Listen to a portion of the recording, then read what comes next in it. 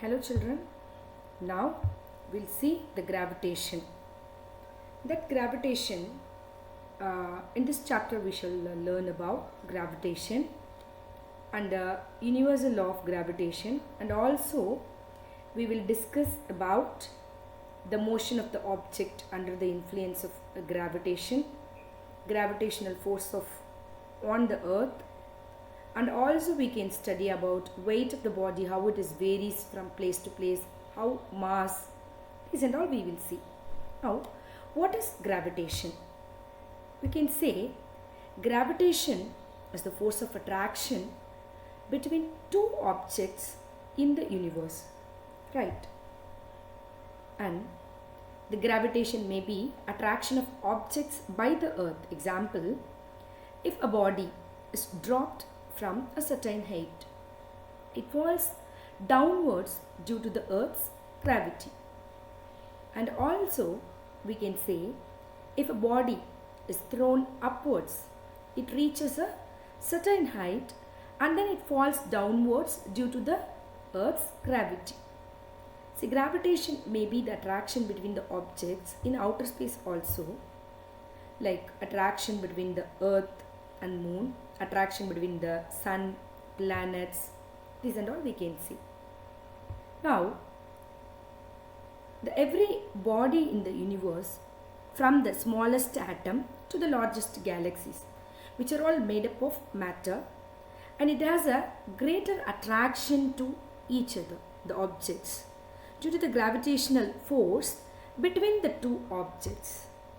And we can see what is centripetal force.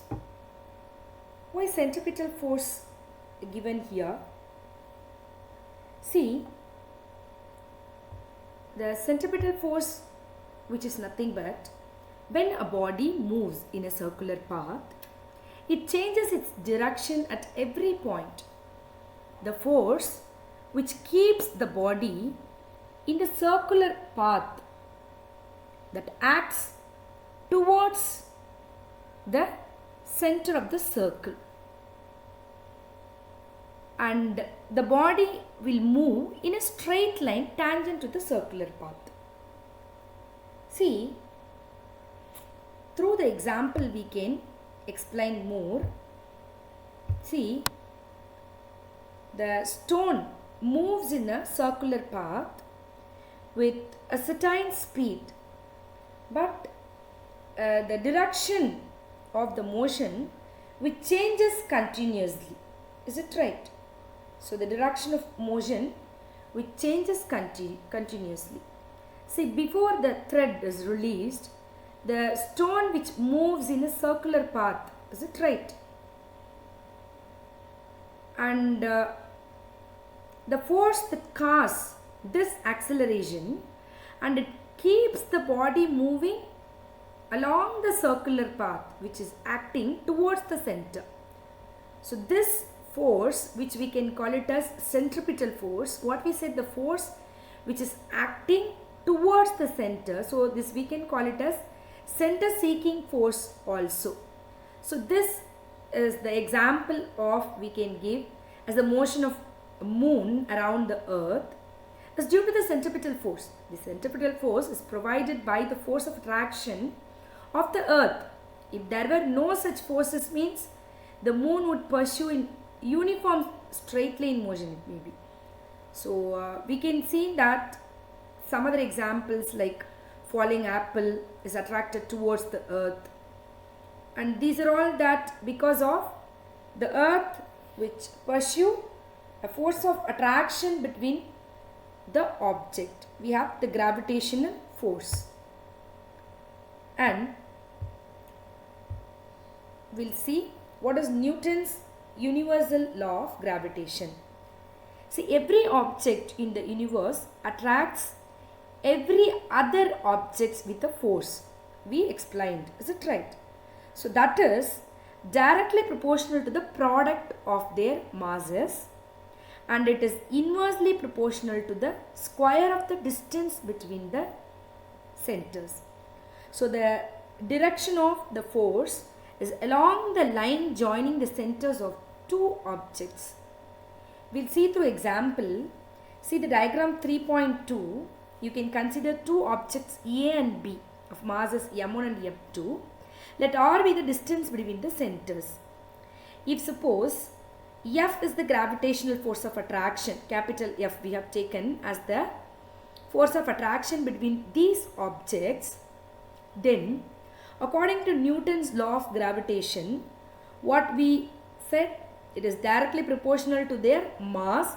So F is directly proportional to m1, m2, and it is inversely proportional to the square of the distance between them.